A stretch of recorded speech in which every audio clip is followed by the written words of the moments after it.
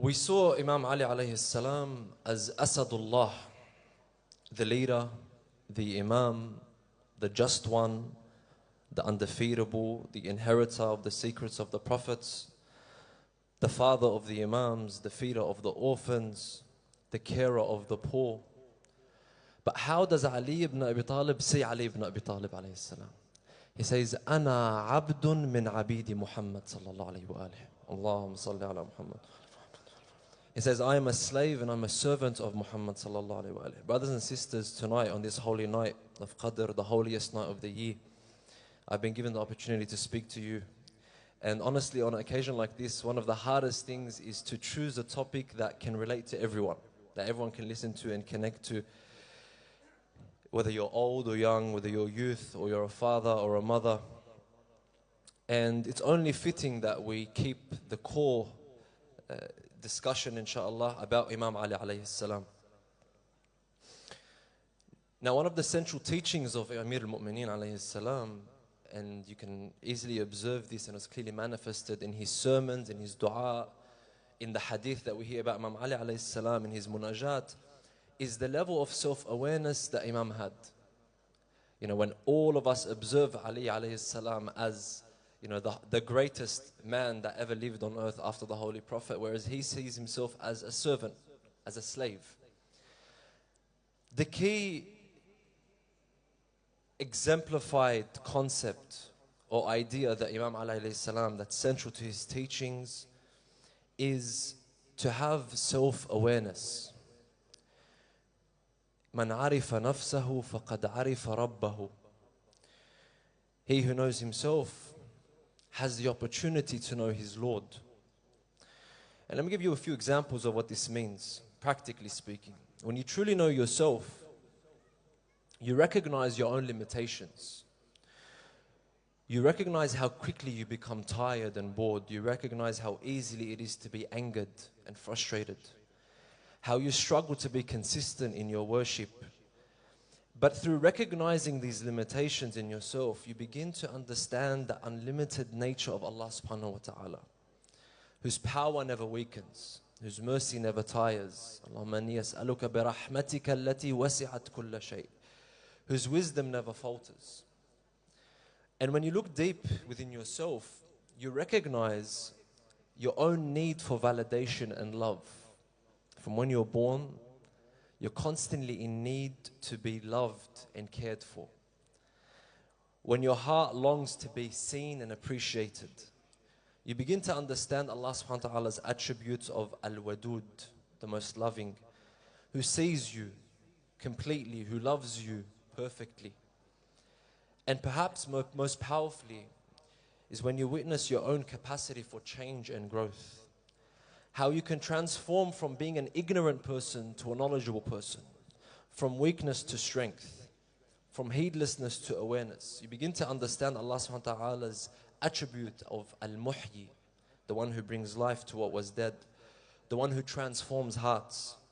And this is why Imam Ali alayhi salam placed so much emphasis on self-awareness, because it's the gateway to divine awareness. Now, we live in a digital age, especially in the time of artificial intelligence, where it's very easy to acquire information. It's very easy to acquire knowledge. And as in one single prompt into ChatGPT or into Perplexity, for example, and you get the answers to whatever you want. Whereas in the past, if you wanted to know something, or you wanted to learn about something, you needed to conduct research. The older brothers and sisters would know you'd have to go to encyclopedias and you'd have to do research. Who remembers what encyclopedias are? You have to go to what letter is it? And it was a big process to do research. But today in 2025, that's no longer the issue. The issue that we're facing today, brothers and sisters, is actually the opposite. There is too much information. There is an influx of information. And sociologists say that we are in the time of information management. How do you manage all of this information? As in no time in human history was there so much data input into the brains and into the minds of people. In no time in history were humans so overstimulated Today, brothers and sisters, the issues that we are facing is that we have so much information about the external world, about what's happening around us. There's so much noise, so much data, yet we've lost the ability to introspect. We've lost the ability to look within ourselves, to sit with ourselves, with our own mind, with our own thoughts. We've lost the ability to be present. Bainakum bain Allah, I want to ask you a question. When was the last time you sat down and done nothing? When was the last time you sat down for 10 minutes, phone aside, computer aside, kids aside, and done nothing, just sat there? See, because we've lost this ability to be present, that leaves us in one of two states. If I'm not present, therefore I'm thinking about the past, or I'm thinking about the future. And the past, being stuck in the past, is the domain of depression. And the future, the domain of the future, is the thinking and being stuck in the future is the domain of anxiety. Meaning, we are in a time where there's excess knowledge, but we live in a time and an era of depression and anxiety. Although there has never been a time in human history where we have access to so much opportunity and resources. It's very contradicting. It's weird. We've got so much opportunity, yet you're constantly dragged between what happened yesterday and last year and last month and what's going to happen tomorrow and next month and next year. Okay, what about today? What about now? What about this moment? This lack of presence has stripped us the ability to be aware of ourselves, to be aware of our own desires, of our own drives, to be aware of our own beliefs and our own values. Now, I've had the privilege of working with many youth, and the common thing I've seen with youth is the inability to truly look in the mirror and see who they really are. And maybe for some adults, for some older brothers and sisters, the same goes. Let me share something with you. I had a session with a young brother. Let's call him Ali. 17-year-old, bright, good boy, good family. But he was struggling deeply with his identity. And he was constantly comparing himself to others that he saw online. He told me this line and it shattered me. Look what he said. He said, Mo, sometimes I feel like I don't even exist if I'm not being seen by other people online. And he's attributed his own self-worth to other people and to being seen by other people. And this is what happens when you lose connection with your true self. You begin to only exist in the eyes of others. And brothers and sisters, even the eyes of your parents. Your existence is an independent existence. Yes, you want to love your parents. You want to care for your parents. You want to treat your parents with respect. You want to make them proud. But ultimately, on the day of judgment, it's you that's going to stand in front of Allah subhanahu wa ta'ala. And your parents are going to stand in front of Allah subhanahu wa ta'ala. And your sister's going to stand in front of Allah subhanahu wa ta'ala. And Allah is not going to ask you about your parents or your parents about you. He's going to ask you about you. And it's not just about youth. I was sitting with a father as well, successful businessman. And this is his confession to me. He said, I haven't spent 10 minutes by myself in the past 15 years. And the reason, and you might relate to this, some of you, he says, I'm afraid of what I might find if I'm alone with my thoughts. I'm afraid of what might come up. He's afraid of himself. He's afraid of his own mind. Brothers and sisters, we have been estranged to ourselves. This is extremely detrimental. This is very scary.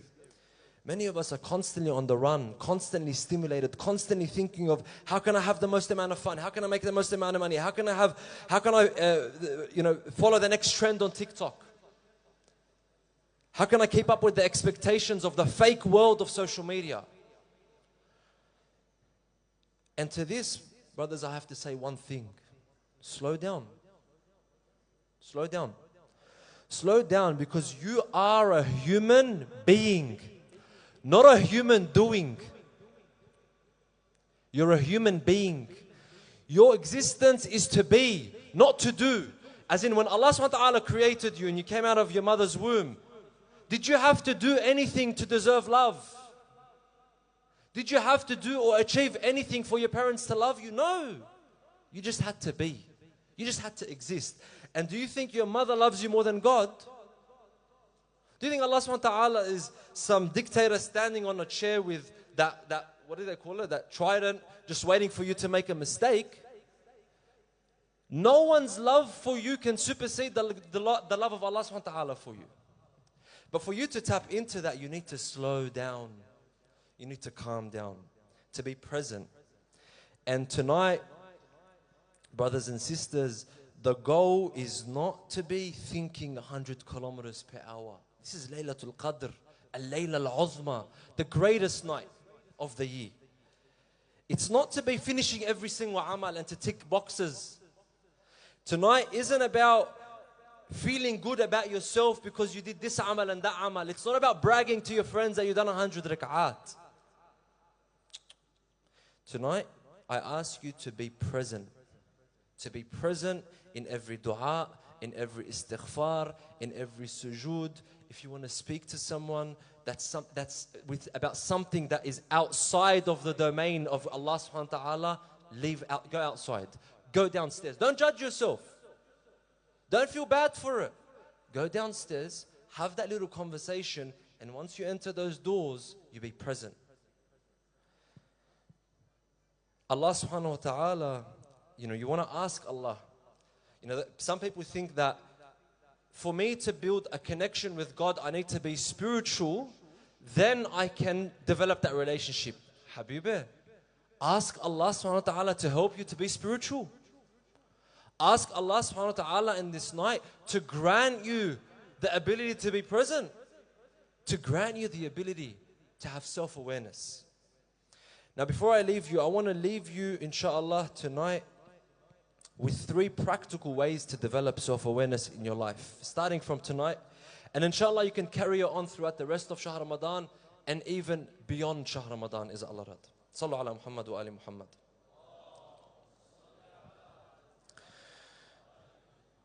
Number 1 is a mindful presence practice. Now, Imam Ali alayhi salam says, the most valuable treasure that a man can have is self-restraint. Is his ability to control himself. Now, for 5 minutes every single day, sit in silence. Put your phone aside, close your eyes, focus on your breathing, in and out. And when thoughts come, because our mind, mashallah, like I said, overstimulated, we're constantly thinking, the thoughts will come. Take a deep breath and let them pass. 5 minutes. Every time, just let them pass. Focus on your breathing. This will allow you to center yourself. There's a narration that states Imam As-Sadiq alayhi salam, before he would begin any prayer, he would sit for 30 seconds to a minute before he does the adhan, before he does the iqamah, and he would just sit. He would practice this. Now this is what is considered muraqabah. In Islam we call this muraqabah. Turaqib nafsak. To watch yourself. To allow yourself to be. And this isn't just, a Western idea of meditation. This is, try it. Try it tonight. Before you start your a'mal, sit for 5 minutes. Put everything, someone tries to speak to you, say, please, just 5 minutes of muraqabah, and center yourself. And apply this every single day. Have a schedule, whether it's in the morning when you wake up, after Fajr, before you go to sleep. Allow yourself 5 minutes where you just slow down, and you just focus on nothing, just on your breathing. The second is the nightly reflection. Imam Ali alayhi salam says, "Hasibu anfusakum qabla an tuhasabu." He says, take account of yourself before you are taken to account. So try this every night. Also add this. So there's 5 minutes of muraqabah. Then you have 5 minutes of muhasabah, where you sit down every night before you go to sleep. Have a pen and paper if you want, and ask yourself these 3 questions. Number 1, what did I do today that I'm proud of? Number 2, what did I do today that I regret? And number 3, what did I learn about myself today? Now, imagine you did this for 300 days. Imagine you did this for 30 days. 30 days, if you were to write down these 3 questions and answer them every single day for 30 days, you'll come out of that month having learned so much about yourself that you can't learn from a psychologist. You can't learn from a conversation with your friend. You can't learn from anyone, but simply by learning through yourself, through being present with yourself. Now, the third, and this is very important, and Imam Ali alayhi salam alludes to this in the first hadith that I mentioned, Man arifa nafsahu faqad arifa rabbah, he who knows himself knows his Lord. Each day ask yourself this question. You want to reiterate your identity. Each day ask yourself this question. Who am I beyond what I do, beyond what I have, and beyond what others think of me? Who am I? And don't rush to answer. This isn't an exam where you're going to be tested. Really, who am I? Not Muhammad Haini the electrician, not Muhammad Haini the teacher, not Muhammad Haini the lawyer. Who am I beyond what I do? Beyond what people expect from me, beyond what I have? This question alone, brothers and sisters, has the ability to transform the way you see yourself in 30 days. Because you're constantly reiterating to yourself what's important to you. Now, to close, brothers and sisters, on this blessed night, remember Imam Ali alayhi salam has given us the most precious gift. The understanding that the path to Allah subhanahu wa ta'ala begins with ourselves, within ourselves. In this age of endless distraction, of constant noise, of constant stimulation, the greatest act of worship can be just simply slowing down. Slow down, turn inwards to try and rediscover who you truly are. And I'm going to leave and end with this dua, which encapsulates, inshallah, the ultimate goal of our existence. Allahumma arifni nafsak, fa in lam tu'arifni nafsak, lam a'rif rasulak. اللهم عرفني رسولك فإن لم تعرفني رسولك لم أعرف حجتك اللهم عرفني حجتك فإن لم تعرفني حجتك ضللت عن ديني. Oh Allah, allow me to know yourself. Remember, we said it starts with know yourself to know your Lord. Ya Allah, allow me to know yourself. For if you do not allow me to know yourself, I will not know your messenger. Oh Allah, allow me to know your messenger. Because if you don't allow me to know your messenger, I will not know your proof, your imam. Oh Allah, allow me to know your proof.